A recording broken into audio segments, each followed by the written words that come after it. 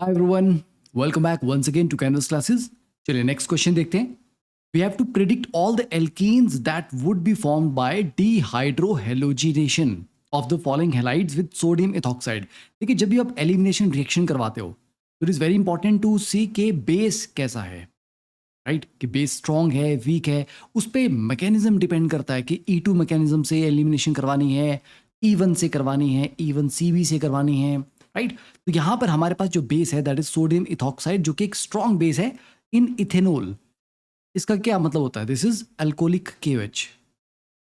Exactly वही चीज़ है ये, राइट? तो जब भी आपने देखा होगा कि अल्कोहलिक KOH हमारे पास आता है, वी प्रेफर एलिमिनेशन, और जब लिखा था aqueous KOH we go for substitution, right? तो स्ट्रॉन्ग बेस है, एलिमिनेशन हो रही है, अगर ये नहीं भी लिखते तब भी हम इससे पता लगा सकते थे। Identify the major alkene. जब भी हमारे पास एल्कीन्स बनती हैं एलिमिनेशन से, तो देर आर पॉसिबिलिटीज कि एक से ज़्यादा एल्कीन भी कभी कभी बन सकती है। In that case we have to see के सेटजेव रूल लगेगा, हॉफमैन रूल लगेगा, और कौन सी एल्कीन मेजर प्रोडक्ट बनेगी और क्यों बनेगी। चलिए पहला क्वेश्चन देखते हैं, इसका first part. 1 bromo 1 methyl cyclohexane, ठीक है? 1 पे ही ब्रोमो भी है और 1 पे ही मिथाइल भी है। तो पहली बात, ये कितने डिग्री हेलाइड है? It's a 3 degree halide, right? बच्चे 3 degree halide SN1 SN2, sorry, E1 और E2 दोनों ही दे सकता है, but since we have a strong base like C2H5O negative, it is a strong base, तो यहाँ पे जो मैकेनिज्म होगा दैट विल प्रेफर E2। तो यहाँ पे क्या होगा, देखो, जहाँ से हेलोजन निकलेगा उसके बगल वाली पोजीशन से हाइड्रोजन जाएगा। अब बगल वाली पोजीशन कौन कौन सी है? यहाँ पर भी है, यहाँ पर भी है, ये दोनों तो आइडेंटिकल हैं, क्योंकि इस पोजीशन के लिए ये वाली और ये वाली दोनों पोजीशन सिमेट्रिकल और आइडेंटिकल हैं। तो ऐसा मत बोलना कि सर ये और दो अलग अलग हैं। क्यों? क्योंकि डबल बॉन्ड चाहे यहाँ पे आए या यहाँ पे आए, उसका आईयूपैक नेम तो सेम ही होगा, राइट? तो ये दोनों आपको शो करने की जरूरत नहीं है। हाँ, ये जो CH3 है, ठीक है, इसमें भी यहाँ पे A वाला H हम मेंशन कर सकते हैं। एक बार ये वाला HBr निकल जाएगा तो डबल बॉन्ड यहाँ पे आएगा, ठीक है, यहाँ पे डबल बॉन्ड बन जाएगा, और एक बार ये HBr निकलेगा तो डबल बॉन्ड यहाँ पे आएगा। दो जो हमारे पास पॉसिबल प्रोडक्ट्स आएंगे, तो एक ये हो गया, प्लस शिफ्ट कर लेते हैं थोड़ा सा यहाँ पे, लेकिन ये हो गया। अब इसमें क्या होता है, देखिए, डबल बॉन्ड वो ज़्यादा स्टेबल होता है जिसके साथ ज़्यादा अल्काइल ग्रुप जुड़े होते हैं, बिकॉज उसमें हाइपर कॉन्जुगेशन ज़्यादा अच्छी से होती है। तो this double bond has more number of alpha hydrogen, ठीक है, more alpha hydrogen, hence more stable alkene. जबकि अगर हम ये वाला डबल बॉन्ड यहाँ पे देखें तो इसके साथ उतने अल्फा हाइड्रोजन अटैच नहीं है। दो यहाँ पे हैं, दो यहाँ पे, चार।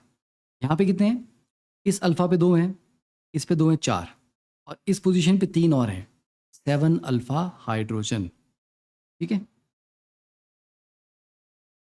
7 अल्फा हाइड्रोजन, और यहाँ पे 4 अल्फा हाइड्रोजन। तो based on the sets rule this is more stable. तो पहला वाला तो क्लियर हो गया, मेजर प्रोडक्ट क्या बनेगा।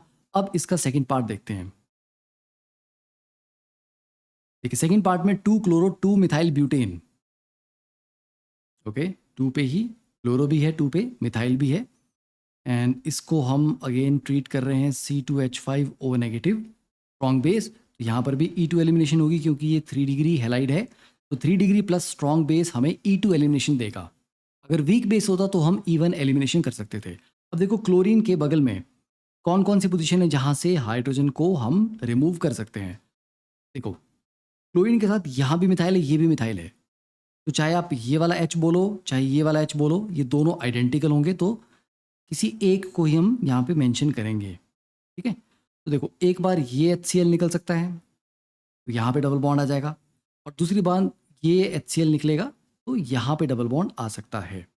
चलिए इसके प्रोडक्ट्स बना लेते हैं। एक बार यहाँ पे आ जाएगा आपके पास, और ये CH3 बचेगा, एंड सेकेंड टाइम हमारे पास यहाँ पे आ रहा है ये,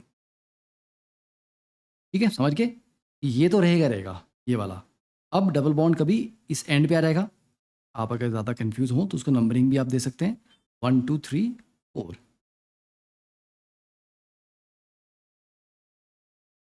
राइट। अब देखो, इस वाले डबल बॉन्ड के साथ कितने अल्फा हाइड्रोजन है?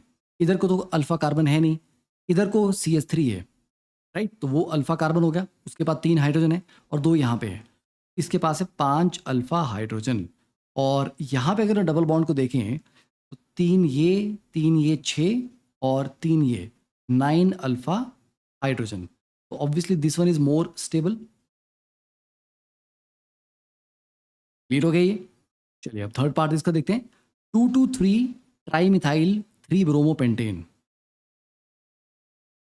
पेंटेन पहले 5 कार्बन ले लीजिए, 2,2,3 trimethyl, okay, 2,2,3 trimethyl and 3 bromopentane, 3 पे ब्रोमो भी है। अब अगेन यहाँ पे अगर हम देखें it is a 3 degree halide, being a 3 degree halide यहाँ पे क्या होगा? तो अब इसको अगेन स्ट्रॉन्ग बेस इथॉक्साइड के साथ हम ट्रीट करेंगे, E2 एलिमिनेशन यहाँ पर भी होगी। अब ब्रोमीन के साथ कहाँ कहाँ से हाइड्रोजन निकल सकता है? एडजेसेंट पोजीशन ये और ये 3 है। तो यहाँ से H, इस पोजीशन पे तो H है ही नहीं, एक यहाँ पे पॉसिबल हो सकता है, तो दोनों को यहाँ पे ड्रॉ कर लेते हैं। तो इन दोनों पोजीशन से अगर हम हाइड्रोजन को निकालें, एक बार यहाँ पे डबल बॉन्ड आ सकता है, सेकेंड टाइम यहाँ पे डबल बॉन्ड आ सकता है, ठीक है? अब देखो ये जो डबल बॉन्ड है इसके साथ अल्फा यहाँ पे बनेगा 2 अल्फा हाइड्रोजन, इस पोजीशन पे तो कोई हाइड्रोजन है नहीं, तो it has only 2 alpha hydrogen, ठीक है? जबकि इस वाले डबल बॉन्ड में 3 यहाँ पे हैं, 3 यहाँ पे हैं, यहाँ पे कोई नहीं है, तो यहाँ पे 6 अल्फा हाइड्रोजन है। तो according to Saytzeff rule this is more stable. Overall काफ़ी बेसिक क्वेश्चन था ये, ठीक है? तो I hope it is clear to you.